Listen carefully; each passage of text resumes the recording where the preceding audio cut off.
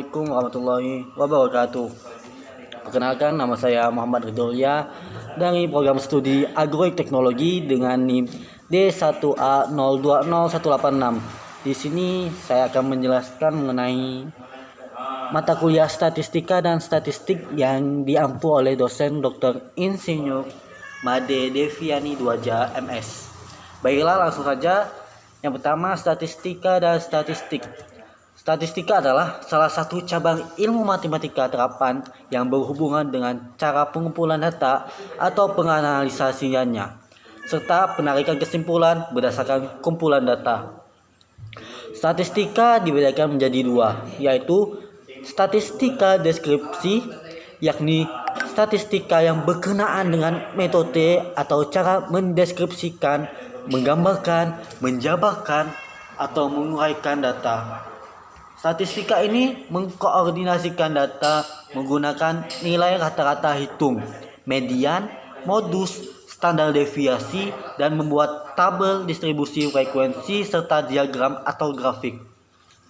Yang kedua, inferensia, yakni statistika yang berkenaan dengan cara penarikan kesimpulan berdasarkan data yang diperoleh dari sampel untuk menggambarkan karakteristik atau ciri dari suatu populasi. Dilakukan pengujian hipotesa dan pendugaan mengenai karakteristik dari suatu populasi, seperti mean dan standar deviasi. Oke, next. Yang kedua, populasi dan sampel. Populasi adalah semua objek atau benda maupun manusia yang akan diteliti semesta pembicaraannya. Yang kedua, sampel. Sampel ini adalah bagian dari populasi yang dianggap mewakili populasinya, yang benar-benar diambil datanya dan dibuat statistiknya. Yang ketiga, datum dan data. Datum adalah keterangan yang diperoleh dari hasil pengamatan. Contoh, tinggi badan 5 murid sebagai berikut: 157, 166, 159, 170, dan 169. Masing-masing tinggi murid tersebut dinamakan datum. Data adalah kumpulan-kumpulan datum atau bentuk jamak dari datum. Oke, next, selanjutnya kita membahas tentang jenis-jenis data. Yang pertama ada data kuantitatif atau data numerik, merupakan hasil pengukuran atau penghitungan. Dibedakan menjadi dua, yaitu data kontinu dan data diskrit. Data kontinu adalah data yang diperoleh dari hasil pengukuran. Contoh, luas SMAY adalah 0,5 hektar. Data diskrit adalah data kuantitatif yang diperoleh dari hasil perhitungan. Contoh, Pak Imam memiliki 3 mobil. Oke, yang kedua, data kualitatif adalah data yang berbentuk kategori atau atribut. Contoh, manis, rusak, gagal, dan sembuh. Yang ketiga, data intern dan ekstern. Data intern adalah data yang diperoleh dari suatu instansi, dari dalam instansi tersebut, lembaga atau organisasi. Yang kedua, data ekstern atau data yang didapat dari luar instansi. Data ekstern itu terbagi menjadi dua, yaitu data primer dan data sekunder. Data primer adalah data yang langsung dikumpulkan oleh orang yang berkepentingan atau yang memakai data tersebut. Sedangkan data sekunder adalah data yang secara tidak langsung dikumpulkan oleh orang yang berkepentingan dengan data tersebut. Selanjutnya, penyajian data, yaitu data tunggal. Yang pertama, mean atau rataan. Contoh soal berikut ini adalah nilai ujian matematika 5 dari 5 siswa di sebuah sekolah. Yang pertama 70, 75, 60, 65, dan 80. Tentukan nilai rata-rata hitung dari nilai ujian matematika ke-5 siswa tersebut.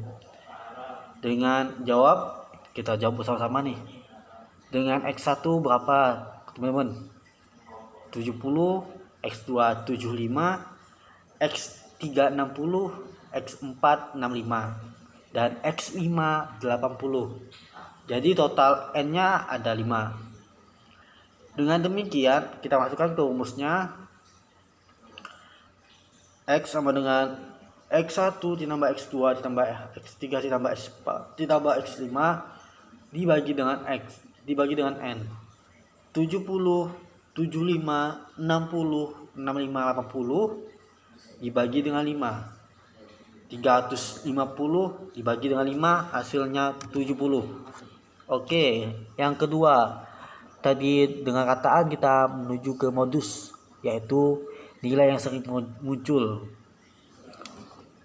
Contoh soal, diketahui data tersebar dengan susunan 92, 63, 60 sampai 67. Tentukan modusnya.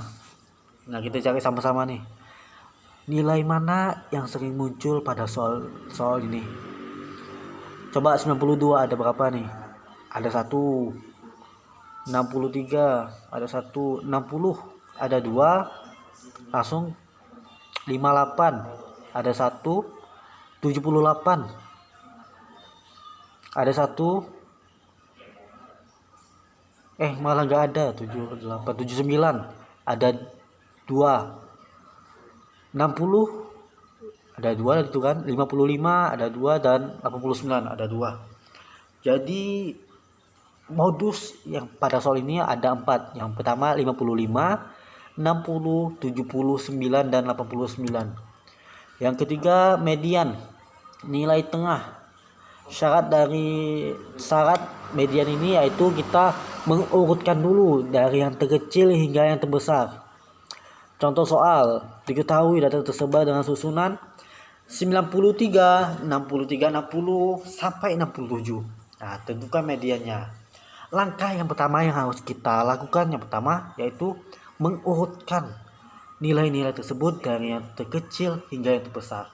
Di sini nilai terkecilnya yaitu 49 dan nilai terbesarnya adalah 97. Jadi sudah kita urutkan semuanya, dapatlah nilai tengahnya yaitu 73. Oke, next. Ukuran penyebaran kumpulan data.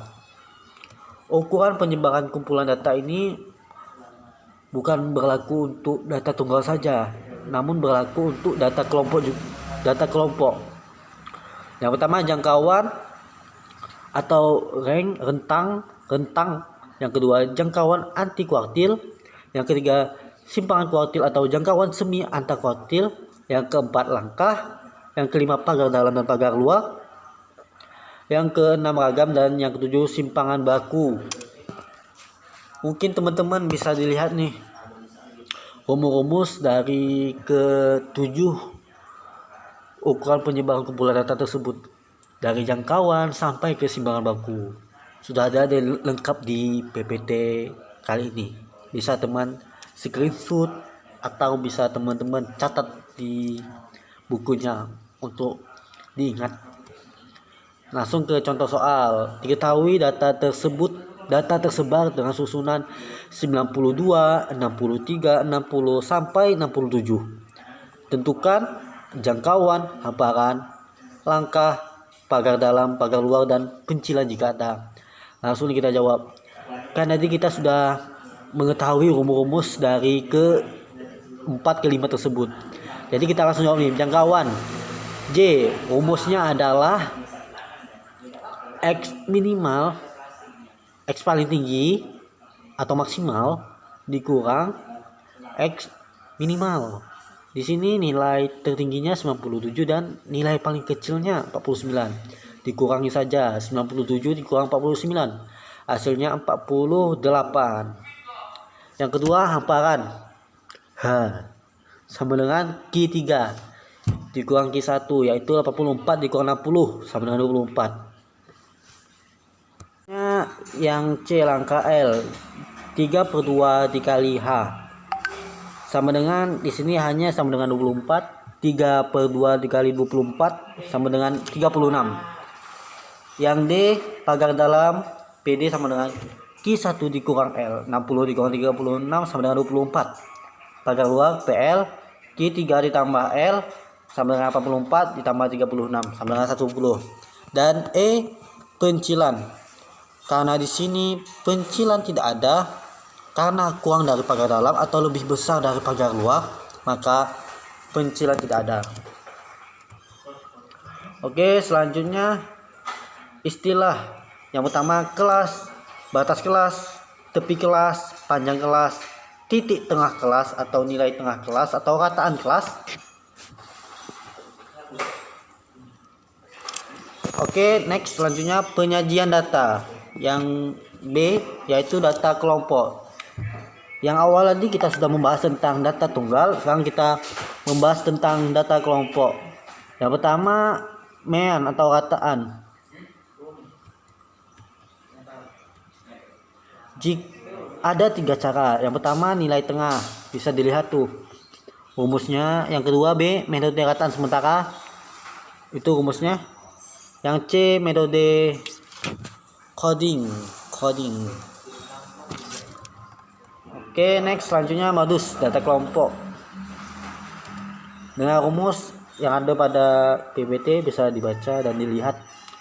Langsung ke contoh soal. Tentukan modus dari data berikut.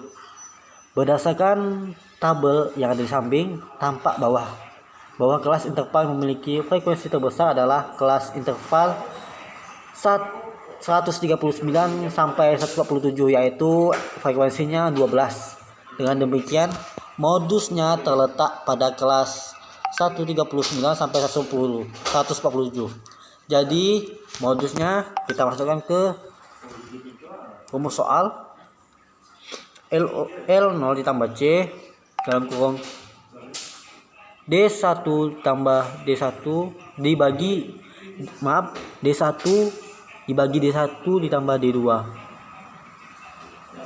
sama dengan 138,5 tambah 9 4 tambah 7. Bisa lihat tuh hasilnya 141,77.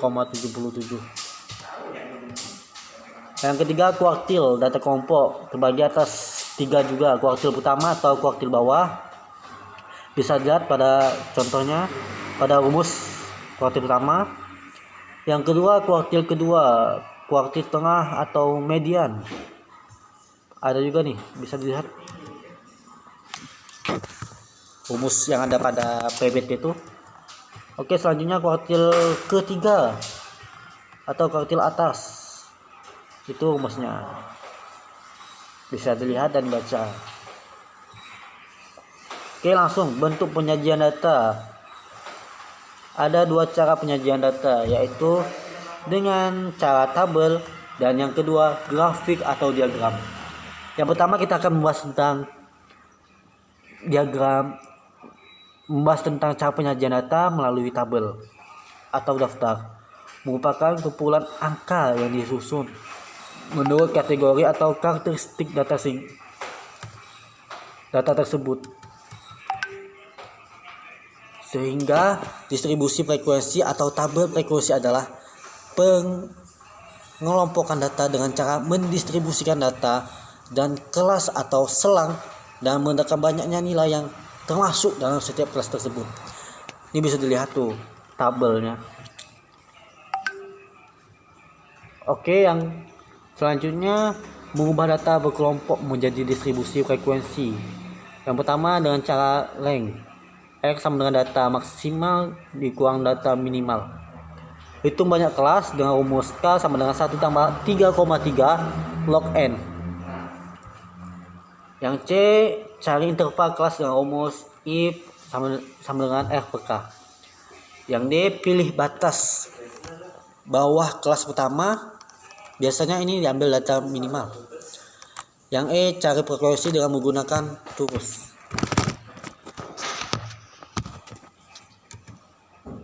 Oke, tabel distribusi frekuensi relatif. Tabel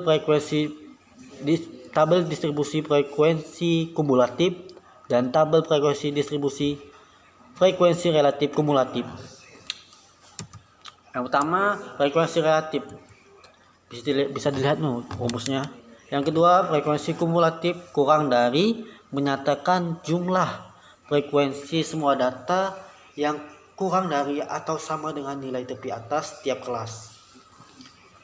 Yang ketiga, frekuensi kumulatif lebih dari menyatakan jumlah frekuensi semua nilai data yang lebih dari atau sama dengan nilai tepi bawah pada setiap kelas.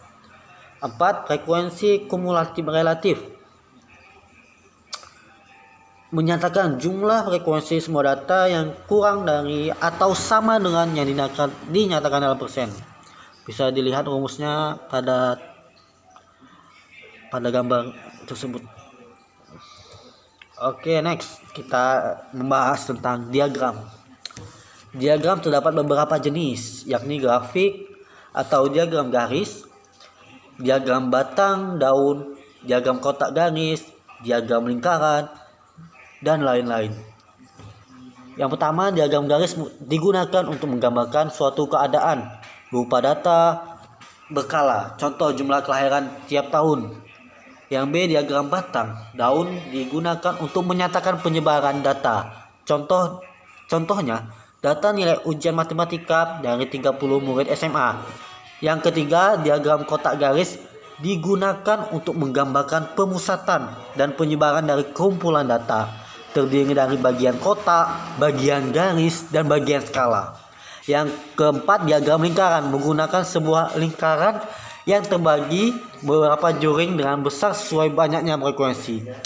Yang kelima, diagram batang menggunakan gambar berupa batang berbentuk persegi panjang. Oke, contoh soal diketahui data sebagai berikut: 41, 52, 66 sampai 47. Buatlah diagram kotak garis. Setelah data diurutkan menjadi dari yang terkecil hingga terbesar, dapatlah kita menemukan X min dan X maksimal. X minimalnya yaitu 41. X maksimalnya adalah 100. Q1 53, Q2 67,5 dan Q3 87. Bisa dilihat tuh pada gambar berikut. Seperti itulah diagram kotak garis. Oke, contoh soal yang kedua, jumlah lulusan SMA X di suatu daerah di tahun 2001 sampai tahun 2004 adalah sebagai berikut. Di tahun 2000 jumlah lulusan SMA X yaitu 20, 2001 40, 2002 50, 2003 70 dan 2004 100. Nyatakan data di atas dalam bentuk diagram batang. Bisa dilihat pada PPT seperti inilah diagram batang. Contoh soal berikutnya, dari sebuah survei mengenai mata pelajaran favorit pada kelas X SMA Merah Putih, diperoleh data 100 siswa menyukai matematika, 50 siswa gemar fisika, 40 siswa suka bahasa Inggris, 50 siswa gemar ekonomi, dan 60 siswa menyukai geografi. Jika keterangan tersebut disajikan dalam diagram lingkaran, maka sudut pusat masing-masing juringnya itu sebagai berikut. Yang pertama, kita harus nyari berapa sih besar sudut masing-masing mata pelajaran. Yang pertama, matematika, yaitu jumlah siswanya yang suka matematika ada 100 dibagi 360 dikali 360 derajat, hasilnya 120. Dan sama seperti yang lainnya. Jadi ditemukan nih yang paling tinggi yaitu pada mata pelajaran matematika dan yang paling rendah pada mata pelajaran bahasa Inggris. Oke, contoh soal berikutnya diagram poligon frekuensi. Hasil pengukuran berat badan terhadap 100 siswa SMP X digambarkan dalam distribusi bergolong seperti di bawah ini. Sajikan data tersebut dalam histogram dan poligon frekuensi. Histogram dan poligon frekuensi dari tabel di atas dapat ditunjukkan sebagai berikut. Oke, 15 sampai 19, titik tengahnya ada di angka 17, frekuensinya 2. Seperti itulah gambar diagram poligon frekuensi. Demikian yang dapat saya jelaskan mengenai statistika. Mohon maaf bila ada kesalahan, khilafan. Saya Eri, wassalamualaikum warahmatullahi wabarakatuh.